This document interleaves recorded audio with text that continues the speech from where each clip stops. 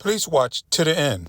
Comment and respond to other people's comments. Family of a Maryland boxer killed in a road rage incident 2 years ago is finally able to heal. Yeah, today, his killer was sentenced to 80 years in prison. Our Yamari Sase spoke to the family about this long-awaited decision.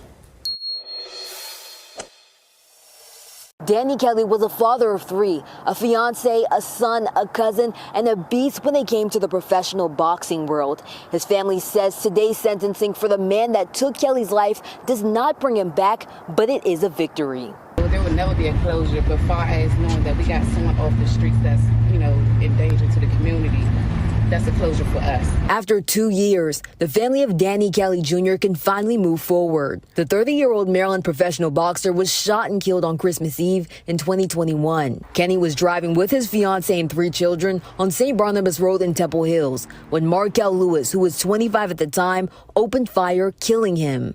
Especially the children. They didn't just have to go through that, they had to see that. They have to remember that every day, not just on Christmas Eve. On Thursday, Lewis was sentenced to 80 years behind bars for second-degree murder, several assault and firearm charges. The judge, in her sentence, went well above the statutory guidelines. And that's because she recognized the heinousness of the act that occurred on that day. Kenny was a boxer well known in his community. His family says they're still trying to heal, but they're happy to finally get justice. This is a big one for the community, the boxing community nationwide, home. Like I told, we ain't gonna cry, we're gonna celebrate because justice was served. Reporting in Upper Marlboro, Maryland, I'm Yamari Sase, DC News Now. A Montgomery County man was sentenced to 15 to 30 years in prison for firing at random drivers during 3 road rage incidents. The shootings happened on the Pennsylvania Turnpike in Bucks County from January to March of last year. 30-year-old Andre Green pleaded guilty in April to a number of charges, including aggravated assault and prohibited possession of a firearm. The judge also ordered Green to take a mental health evaluation and pay restitution to 2 of the victims.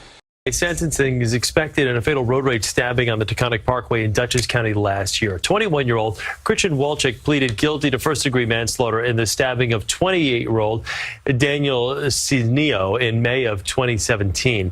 Sinio left a young wife and infant daughter behind. Victim impact statements will be heard before the sentencing. Walczyk faces up to 25 years. Only on Local 10, a road rage suspect sending our cameras a clear message in court today. Yeah, you might have saw that. The suspect was being arraigned after that road incident last month was caught on camera. And you saw the video only on Local 10. Local 10 News reporter Hudson Vela is live in Miami with more on this courtroom drama.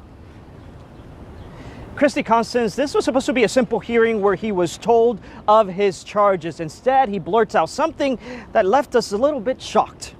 Oh my God. You cannot forget the video you only saw on Local 10. A man seen using a baseball bat to smash the window of a car during a road rage incident in early June.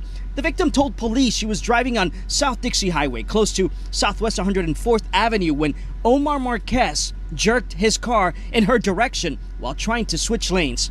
Marquez allegedly became enraged, began to swerve, trying to hit her car. The victim says Marquez got out, pulled out a baseball bat, and started smashing her driver's side door and smashing her window.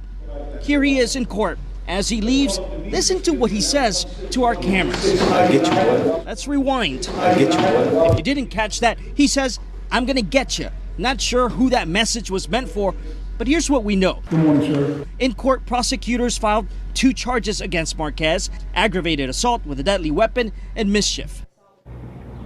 And we know Marquez is out on house arrest, has to wear an ankle bracelet that makes sure that keeps people informed of where he is at all times. His trial has been set for September 12th. Reporting live in Miami, Hudson Vela, Local 10 News. Crime alert. A Springfield man's been sentenced to nearly 20 years in prison in a 2017 murder. Robert Pope was sentenced to 16 years for second-degree murder and 3 years for aggravated use of a weapon. Pope was convicted of shooting and killing a motorcyclist on Enos Avenue. However, there is a motion hearing for a new trial on April 29th. New at 4, a man has been sentenced to 20 years in prison for a road rage shooting that left 2 young boys badly burned by fireworks. Byron Rivera opened fire on the family's pickup truck 3 years ago. The family had just bought fireworks, and 2 young boys in the backseat were badly burned when the fireworks ignited in the bed of the truck. Daniel Sino's family hugging after coming out of court. A judge sentenced Christian Walczyk, the man who fatally stabbed him after a road rage incident in May of last year, to 14 years in prison and 5 years probation. He's a menace to this world, and he deserves to be behind bars forever. Police say both men were driving southbound on the Taconic Parkway when Walczyk pulled in front of Sino and braked hard. Sino tried to pass around, but Walczyk wouldn't allow it, investigators say. Both men pulled to the shoulder and got out of their cars just north of the Briarcliff Manor exit. Investigators say Walczyk flashed a police badge and then stabbed Sino twice. I couldn't even begin to describe how sorry I am. Every single day, I pray for you guys. Every single day. Every day. You have no idea how sorry I am. Inside the courtroom, 2 family members read statements. Walczyk also wrote a letter his attorney passed to the family. The judge saying as part of this sentence, Walczyk can't ever speak with the family again. You took away everything from the victim. You took so much away from his daughter and from the other family members who were here. You put a hole in their hearts.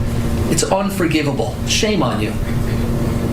Your apologies mean nothing. You want to apologize? Go apologize to his little daughter who has no daddy. Go apologize to my mother who talks to a tomb. Go apologize to them. It means nothing. Sino left behind a wife and daughter. Walczyk walked out of the courtroom in handcuffs. In White Plains, New York, Clark Foraker, CBS 2 News. Guys, that's right. It was a very emotional day in court as we heard from several of Felipe Palacio's family members, including his young children. But ultimately, when the judge handed down that sentence, they tell me that was the outcome they wanted.